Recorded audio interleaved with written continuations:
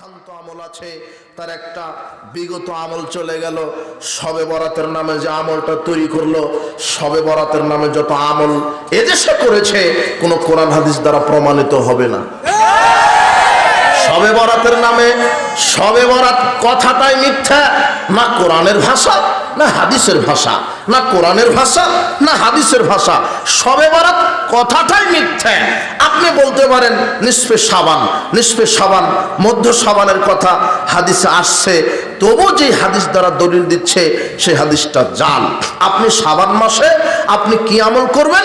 রাসূল সাল্লাল্লাহু আলাইহি ওয়াসাল্লাম বলেছেন তোমরা বেশি বেশি আমল করো, তোমরা বেশি বেশি আমল করো।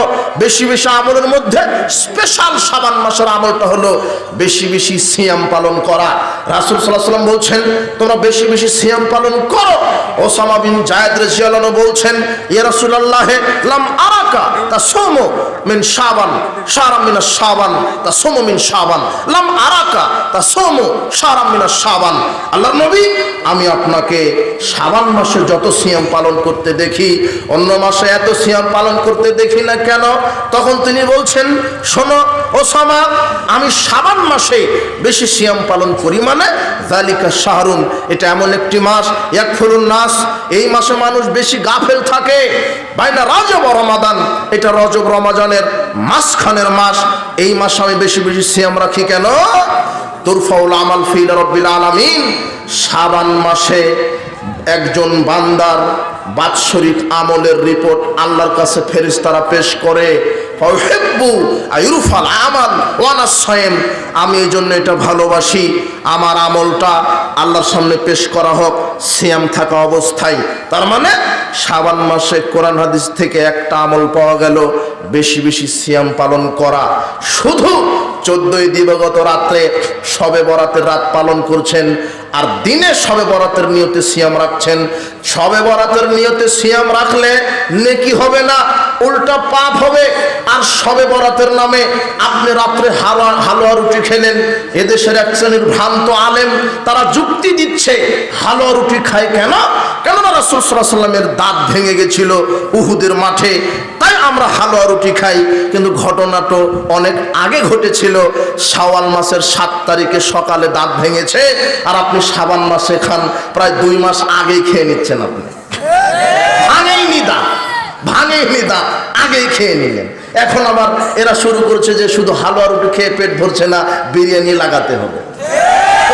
বিরিয়ানি আবার শুরু করেছে যে ও 5 ওয়াক্ত ফরজ পড়ুক আর না পড়ুক, শবে বরাতের রাত্রে শয়তান ফজিলতের বয়ান দিয়েছে।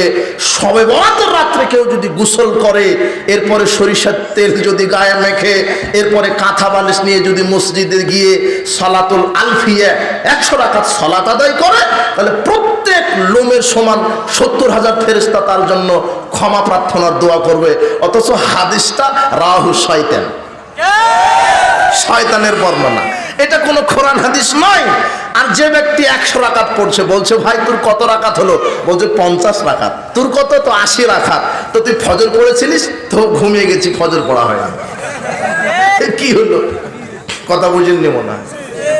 শবে বরাতের নিয়তে যত আমল করবেন, এই রাত্রের কত ভ্রান্ত আকীদা আমল শয়তান দিয়েছে। আমাদের দেশে যত বিধবা নারী, এদেরকে শয়তান বলে দিয়েছে, কোরআনের আয়াত দিয়ে দলিল দিচ্ছে তানাজ্জালুল মালাইকাতু ওয়ার রূহু নাজিল হয়, মানে যাদের স্বামী মারা গেছে কবর থেকে তাদের রূহ নাকি ঘরে ঢুকে পড়ে।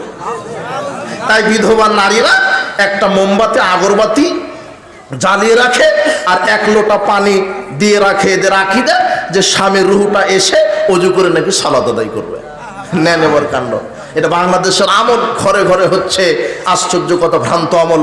অথচ আয়াতটা নাজিল হলো লাইলাতুল কদরের রাত্রে, ফেরেশতাদের সর্দার, এখানে রূহ হচ্ছে 1 বছর একটা রূহ অবতীর্ণ হয়, আর সেই রূহটা হচ্ছে জিবরাইল আলাইহিস সালাম।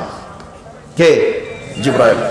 তানাজ্জালুল মালাইকা, দলে দলে ঝাঁকে ঝাঁকে লক্ষ কোটি কোটি ফেরেশতা। কত ফেরেশতা নাজিল হয় জানেন? রাসূল সাল্লাল্লাহু আলাইহি ওয়াসাল্লাম বলছেন পৃথিবীতে যত এই কঙ্কর আছে, এই পাথরের ছোট ছোট কঙ্কর আছে না, পৃথিবীতে যেই পরিমাণ কঙ্কর আছে তার চাইতে অনেক পরিমাণ বেশি সংখ্যক ফেরেশতা লাইলাতুল কদর রাত্রিতে আল্লাহ নাজিল করেন পৃথিবীতে। হাত্তা মাতলাইল ফজর, ফজর পর্যন্ত সাকিনা প্রশান্তি নাজিল করতে থাকেন আল্লাহ। এটাই হলো ফেরেশতাদের সর্দার জিবরাইল।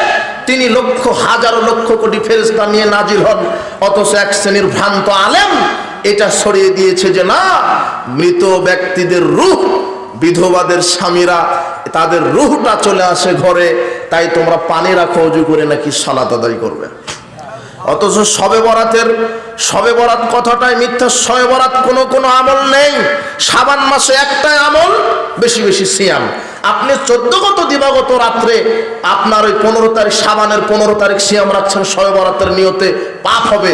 তবে হ্যাঁ, যদি আপনি প্রত্যেক আরবি মাসের 13, 14, 15 সিয়াম রাখেন, সেই ক্ষেত্রে শাবান মাসের 13, 14, 15 তিনটা সিয়াম রাখেন, প্রত্যেক আরবি মাসের 3টা সিয়াম 13, 14, 15 সালাসাতু মিন কুল্লি শাহরিন। রাসূলুল্লাহ বলছেন প্রত্যেক আরবি মাসের 3টা সিয়াম যে রাখলো, রমাদান ইলা রমাদান, এক রমাদান থেকে আর এক রমাদান, কানা কাসিয়ামিদ দাহরে, সে যেন পূর্ণ 1 বছরের সিয়াম পালন করলো। মাসের 3টা সিয়াম রাখবে 13, 14, 15, আল্লাহ তাকে 365টা সিয়াম পালনের প্রতিদান দিয়ে দিবেন।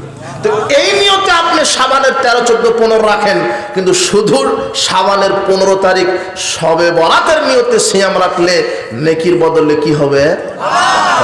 কেননা কোরআন সুন্নাহ দ্বারা এটা প্রমাণিত নয় যে হুজুর বলছে যে এই রাত্রে ওই আল্লাহ ক্ষমা করে দেন পাপ। এই রাত্রে মধ্য শাবানে আল্লাহ 7ম আকাশ থেকে 1ম আসমানে নেমে আসেন। জি না, শুধু এই রাত্রে কেন, শুধু রমাদানের প্রত্যেক রাত কেন? ইয়ানজিলু রাব্বুনা তাবারাকা ওয়া তাআলা কুল্লা লাইলাতিন ইলা সামাইদ দুনিয়া হিনা ইয়াবকা সুলসুল লাইলিল আখির। রাসূল সাল্লাল্লাহু বলছেন তোমাদের প্রতিপালক প্রত্যেক রাত্রেই, দিনে প্রত্যেক রাত্রেই, সপ্তাহে 7 দিন, মাসে 30 দিন, বছরে 360 দিন, 365 দিনই 365টা রাত্রেই আল্লাহ 7ম আকাশ থেকে 1ম আসমানে নেমে আসেন শুধু তার বান্দা বান্দিকে ক্ষমা করে দিবেন বলে। শুধু শাবানের মধ্য শাবানে নয়, ওটা ভুল হয়েছে, মৌলানা সাহেব ভুল বলেছে। শোনেন, প্রত্যেক রাত্রে আল্লাহ নেমে আসেন। কাজেই সমাজে প্রচলিত একটা ভ্রান্ত আমল শবে বরাতের নিয়তে আপনি কিছু তৈরি করা, এটা আমি বললাম। এরপরে আপনাকে বলছি